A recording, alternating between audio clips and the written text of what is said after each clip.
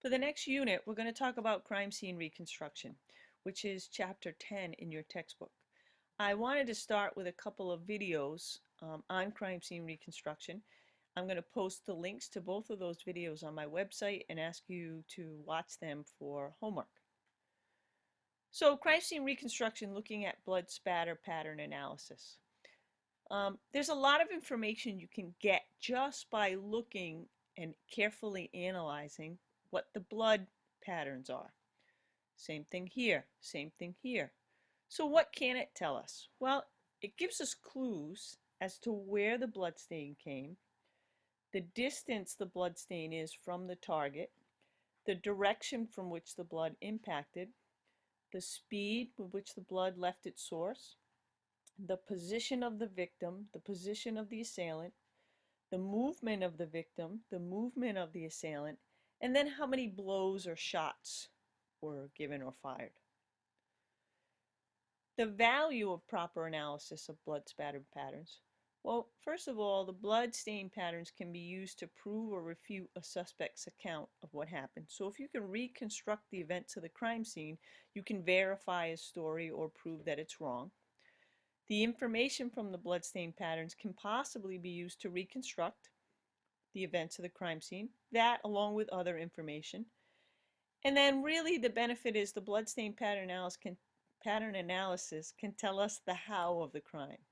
So how did we end up with the victim in this particular position?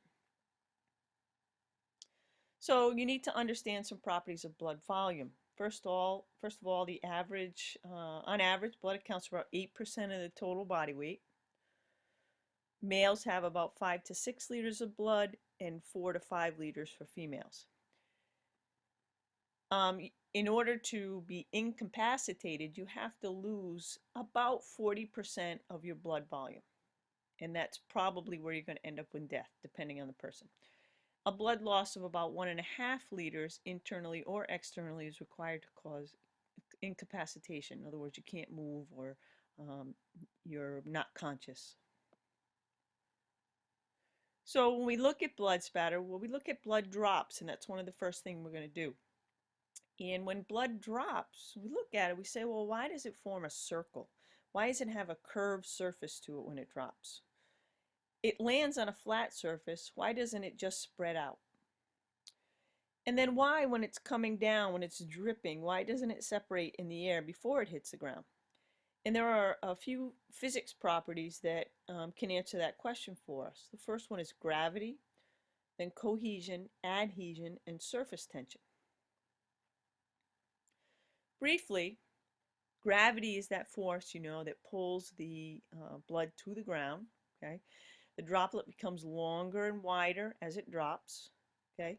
But then cohesion and adhesion work together and actually are attracting those blood molecules, the mixtures, in other words, the water and the blood cells that make up the blood, actually causing them to stick together, not to separate. So what starts as a teardrop because of adhesion, then at the cohesion causes the droplet to kind of pull together and stay together.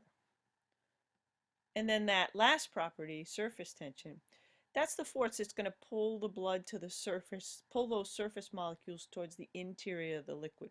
So those forces working together actually are what the end result actually is that blood drop that looks not like a tear but more like a sphere, okay?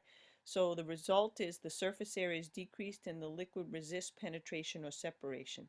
Keeps the droplet from breaking apart while in motion and then when it lands. Okay. Best example I can think of, and I don't know if you did this in your integrated science class, but there were a lab that I did with my kids where you can count the number of drops of water you can put on a penny. And what you notice when you start to put the drops is they adhere to each other. There's that tension that pulls them together. So you can fit, depending on the size of the drops, anywhere from 30 to 40 drops on one penny of water. And all of that kind of mimics the properties of blood, or blood mimics the properties of water with adhesion, cohesion, surface tension, and then the force of gravity as well. Okay. So when a person is bleeding, there's some kind of force, a cut, a blow, whether it be hit with a hammer, whatever the case may be, there's some kind of force applied to a mass of that person. And that causes blood to break up into droplets. So, for example, if you were to get hit with a rock in the back of the head and it penetrates the skin, that force is going to form blood droplets to form. And gravity is going to act on that blood, pulling it downward. And you can see just what I was talking about before here. It starts out elongated, and as it travels, it gets more in the form of a sphere. And you can see there's the forces there, kind of pulling that blood drop back together, keeping its shape.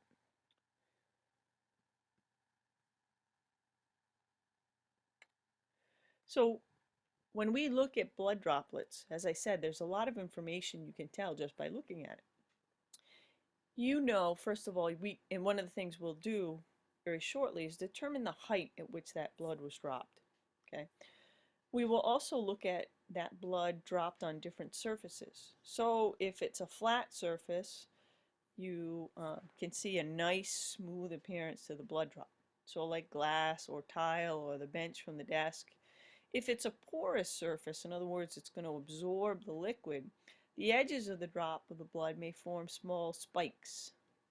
Okay, and the spikes just kind of come off the blood drop itself, and then you're going to get some satellite spatter. Okay, so the satellite spatter is what you get that's actually separated from the original blood droplet. So spikes you can see coming off that original droplet. Okay, and then the satellite spatter is not attached, it's around the center of that original drop. Distance blood drops, so what you will see when you start to do this lab is that as you increase the height with which you drop the blood, you'll actually see that the size should increase based on the height and the speed with which it's traveling. And here's some samples. Here's some kids doing that. They're actually measuring, and you can see here you're actually going to do 3 trials. They did 3 trials, and you're going to compare the results and develop an average from the 3 trials. In free fall, and this is the lab you're going to do, the greater the distance the blood drop falls, the greater the speed of descent, and the greater the kinetic energy it will have before it hits the ground. So as that drop height increases, the energy it falls with is greater. So you get a greater splat. And so then the question is, would you rather fall from a 6-foot ladder or a 6-story building? Well, I think that answer is kind of obvious, hopefully. The other thing that you see is those secondary drops and the satellite spatter. Blood that overcomes cohesion and separates from the main droplet. So here you see, here's your drop, okay? You see the spikes kind of coming off here. And then all of these droplets that are not attached to that satellite or to that, I'm sorry, that original droplet, that's actually your secondary satellite spatter. And then the last part of this lab that you're going to do is looking at what happens to blood as it hits different surface types. So back to that porous versus non-porous. So the pattern of the blood drop will be dependent on the landing surface. So it's smooth, you'll see what we just talked about, and then if it's a rough surface, you'll actually be able to see a different pattern. And the key here too, I just want to remind you, is when you go ahead and do the lab, you want to make sure, especially when you do the surfaces here, that you have a standard, you determine a standard. So maybe you use a piece of paper and that's actually your comparison for all the other drops that you place on different surfaces. So you're ready for the 2 sections of the blood spatter lab, and we're going to stop there with notes and we'll pick up after the lab.